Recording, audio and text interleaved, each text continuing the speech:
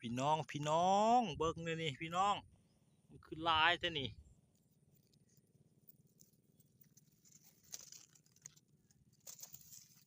ปลาคอน้อยพี่น้องปลาคอน้อย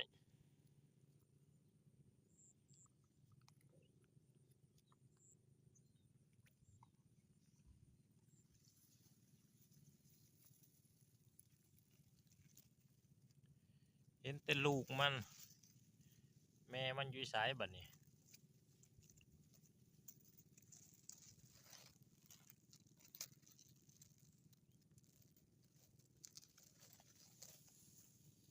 ลายครับ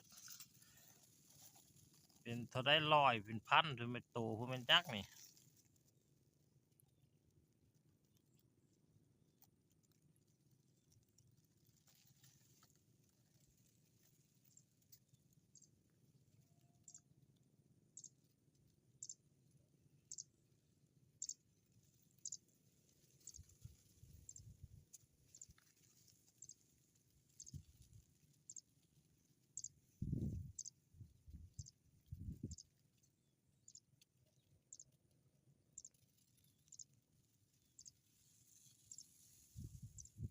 พี่มาให้พี่แล้ว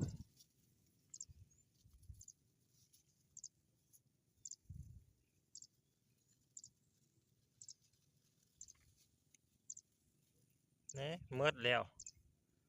อู้จะเป็นทางไปนี่จะเป็นทางเป็นห้อมไปเลยพี่ชุ่มเพิ่นอยู่พี่บัดนี้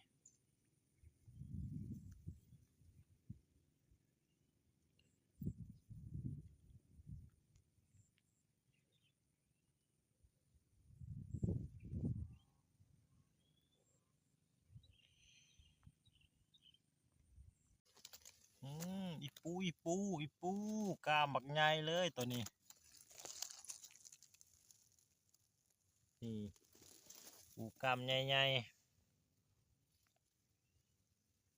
ๆจับได้บ่นี่ไอ้มันสิหนีบ ไปแล้วพี่น้องจับบ่ได้ซ้ำมันสิหนีบมือของกินนี่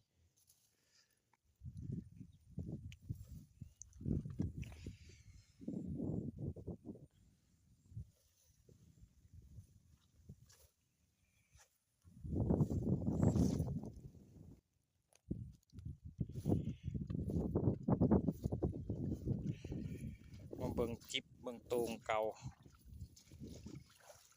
เมื่อก่อนตอนฝนตกแห้งน่ะได้อยู่ปลาชิวน้อยนี่น่าจะบ่มีขาดไปน้ำ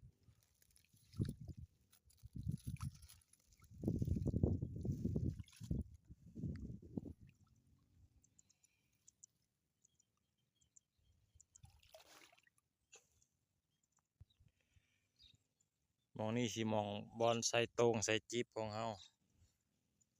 มองห้องแต่บ่ทันได้ใส่ปีนี้ตัวนี้เป็นตัวเก่าตัวนี้ตัวเก่าแต่ปีแต้ปีกายพุ่นเนาะ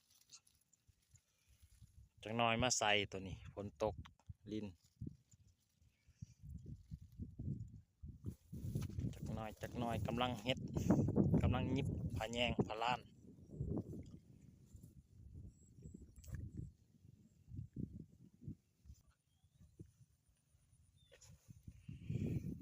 เขากำลังงามเขาดอพี่น้องตัวนี้สิเป็นเขาดอ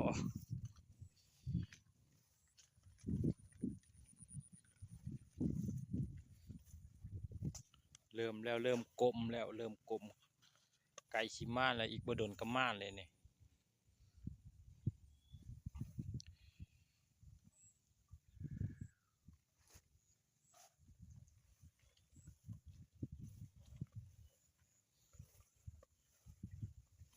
โอ้ยนกยักษ์อะนี่นกไก่หน้าบ่ตกใจหมดพี่น้อง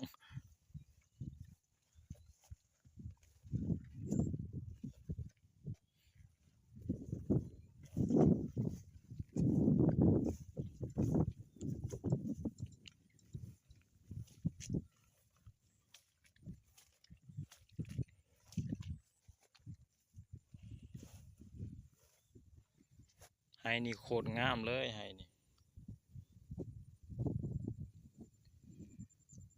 ใส่พุ่นหลายให้นี่ปีนี้เขาดอกงามเขากลางบ่งามปีนี้เขากลางบ่ทอเขาดอกเลยเขางาม